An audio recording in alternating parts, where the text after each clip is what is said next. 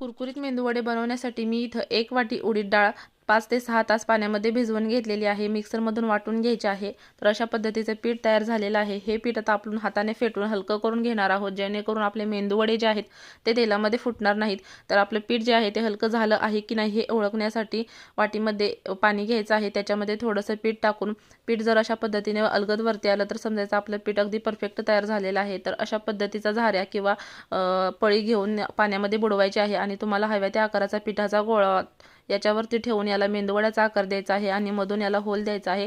तर बघा अशा पद्धतीची पद्धत वापरल्यामुळे आपल्याला तेलाने भाजत नाही.